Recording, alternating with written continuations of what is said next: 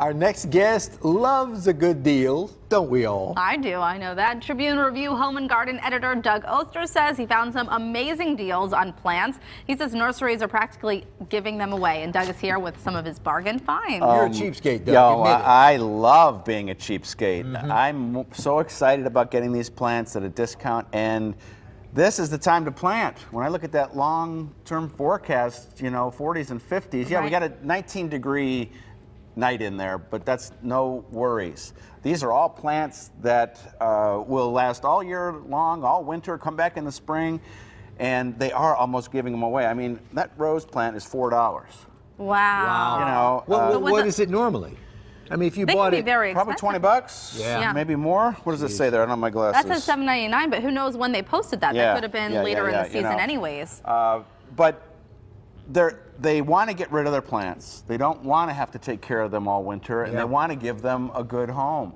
And so they are discounting things. When I went to Hahn Nursery, I just loaded my truck up with this stuff because it's stuff that I really want, and it's just really cheap, and this is the time to plant it. well, so when is it too late to plant? Once the ground freezes solid. Right, okay. Gotcha. You know, so who knows when that'll be, but I mean, that's weeks away, maybe months, maybe it doesn't happen. You don't know in the way the climate's been. Right, you know, last year was such an easy start. So starting down there in the corner, what do you have, and how about the care for these things? Yeah, take a look at this. this. This thing looks awful, okay? Yeah, sure. People were stopping by saying, I'd never buy that.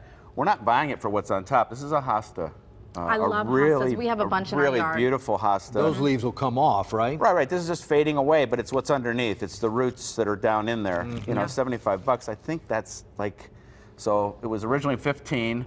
75% off. What would that be? Come on, give me your math. 75% off of 15 is like 10, 12 bucks off. Yeah, so it's about good job. $3. About $3. Yeah. You know, for a hosta that's going to live for a long, long time.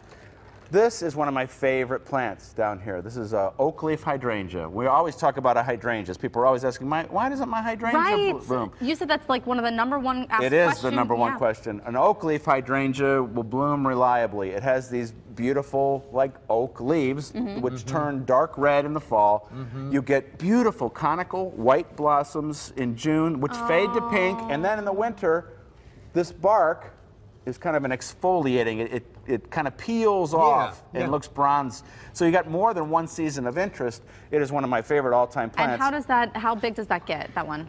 This one I think gets to about 3.5 feet, but you can get all sorts of different sizes. And can you trim them back or cut them back? You can, you can. It's better whenever you're putting any of these plants in, looking at the tag, seeing how big it's going to get, and trying to figure that out in your landscape, because you don't want to be continually cutting back. You're going to change the shape of the plant.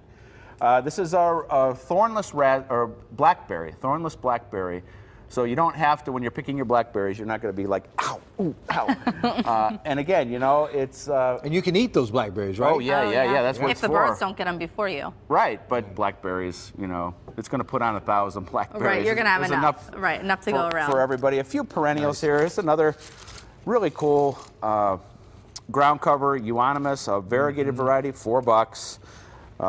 This is a shade-loving perennial called coral bells, pull that one out just a little bit more so they can see it. Yeah, you know, right there. Beautiful purple foliage, some white flowers.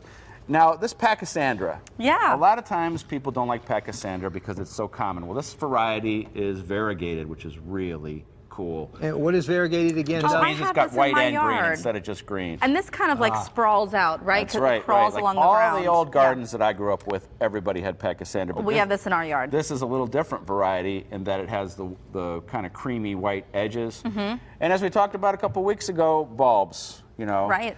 And you can still plant off. these. Yeah, you can plant this again all the way up until the ground freezes. I'm begging people to buy bulbs and plant them because you'll be so happy.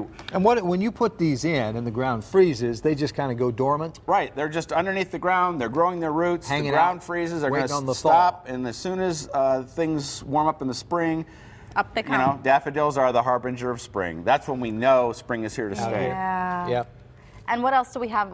Right by John there, this is called Sweet Autumn Clematis. Okay, so what this thing is small now, but this is going to grow 30 feet tall. Oh, good. Wow. This? Yes, and in the fall is going to be covered with these beautiful little white flowers that are fragrant. And 30 feet tall, you said? Yep. Grief. And again, No, you seriously, Doug, where do you put that? you know, you just put it on an arbor or The side of something. the house? Yeah, somewhere where they can just reach and crawl up. Okay. I've got a couple arbors that I plant these by.